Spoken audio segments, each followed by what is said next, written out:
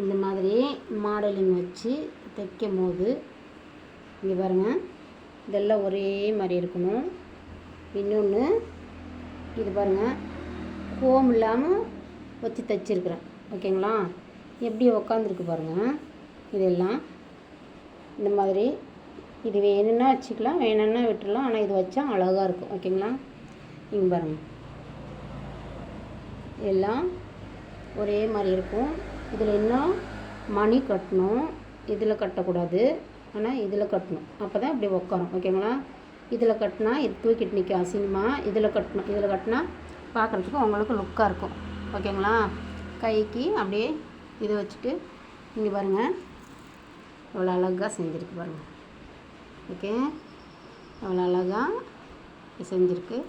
இந்த மாதிரி நம்ம அதுக்கு கலரு மேட்சாக இப்படி வந்து மணி வச்சுக்கலாம். சரிங்களா? இப்படி வச்சு தொங்க விட்டால் பாருங்க எவ்வளோ அழகாக இருக்குது. ஓகேங்களா? பார்க்குறதுக்கு அழகாக இருக்கும். ஓகேங்களா? சூப்பராக இருக்குங்களா? நல்லா இருந்தால் லைக் பண்ணுங்கள். நல்லா இல்லைன்னா தள்ளி விட்டுட்டு அடுத்த வீடியோ பாருங்கள். ஓகேங்களா?